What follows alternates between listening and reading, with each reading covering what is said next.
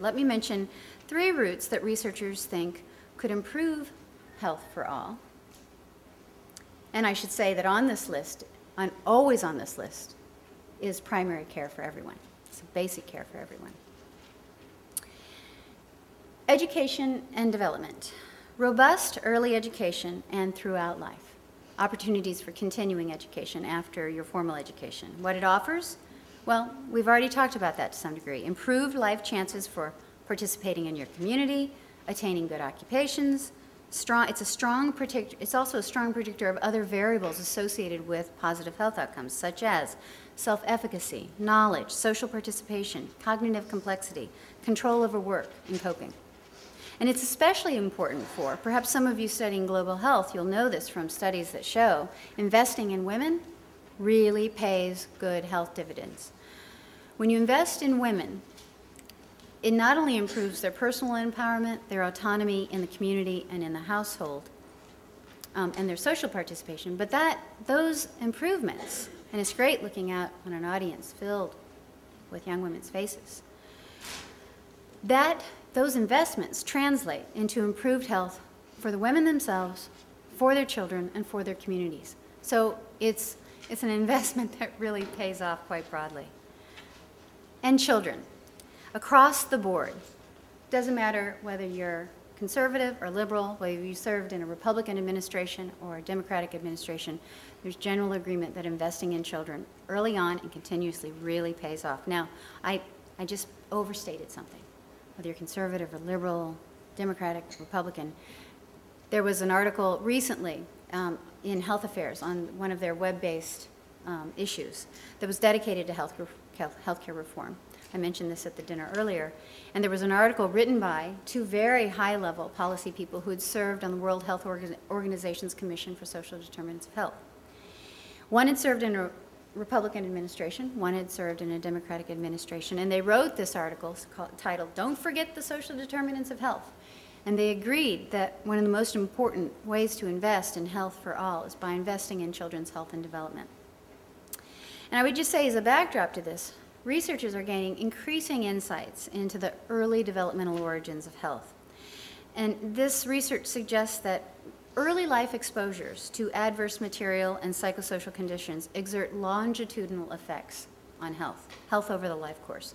The mechanisms by which these long-term effects occur include not only the socialization of behavioral processes, so certain behaviors set in as you're modeling yourself after parents and peers and that kind of thing, but also what some call biological embedding, which refers to the influence of the social and material environment on the formation and the function of biological processes that affect general healthfulness across the life course.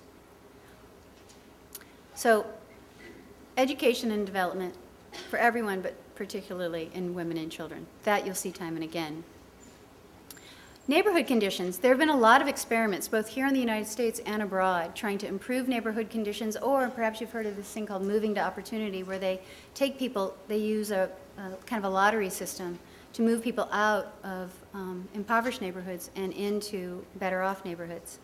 Now, there's some controversy surrounding these, but the outcomes are pretty good. There's better health, general healthfulness, better mental health, less exposure to criminal victimization and that kind of thing, and also just improving neighborhood conditions in a whole host of ways. So not only sort of cleaning up the streets and creating safe parks and getting streets lit and creating community centers and that kind of thing.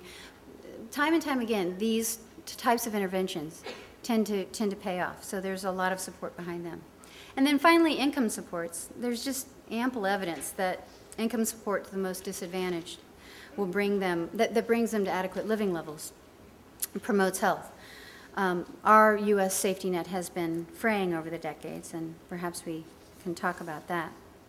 There's also a lot of, so these are just sort of 3 examples of types. I mean, these aren't examples of actual interventions. These are sort of categories of interventions around which there's some agreement would promote health for all. But there's a lot of experimentation, both here in the United States and abroad. There is, for example, just to give you 2, Minnesota is taking this on quite seriously. They're acting on a recently released report called A Call to Action, advancing health for all through social and economic change. And they are focusing on housing and increased civic engagement.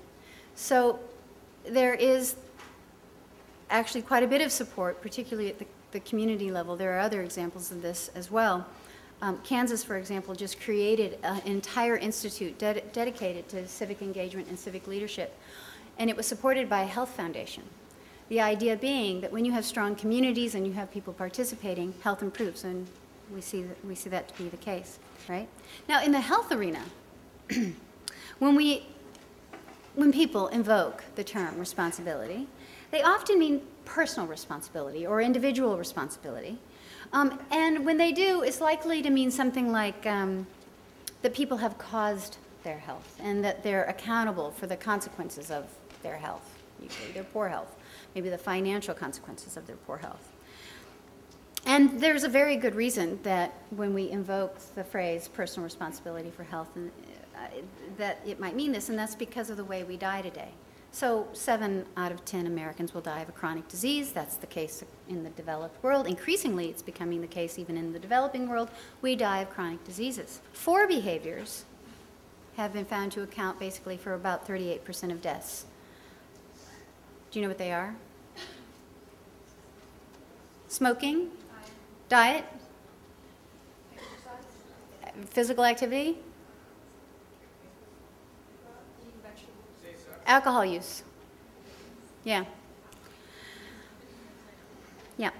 So some researchers, and for very good reason, say that the greatest opportunity for improving health is actually this, because in principle, behaviors are modifiable, right? And the people experiencing the disproportionate burden of poor health, socially disadvantaged groups, disproportionately engage in unhealthy habits. Well, I actually think this is something we should talk about. I'd be very interested in your thoughts, but I want to suggest, in the discussion period, but I want to suggest that they might be quite right, but that improvement is unlikely to come by saying just do it.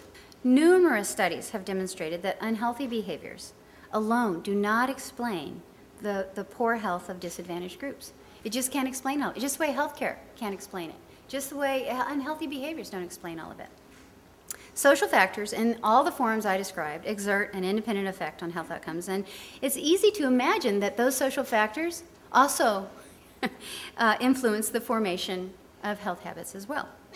The fact that socially disadvantaged groups disproportionately engage in unhealthy behaviors suggests, to me anyway, not that members of these groups are making sort of free and informed choices in lockstep about smoking or not exercising. It suggests rather to me that these groups have encountered constraints and conditions over their life course that have made some preferences and choices less available or less attractive, and even other choices, unhealthy choices, quite reasonable or perhaps even responsible. So let me give you some examples how this might play out.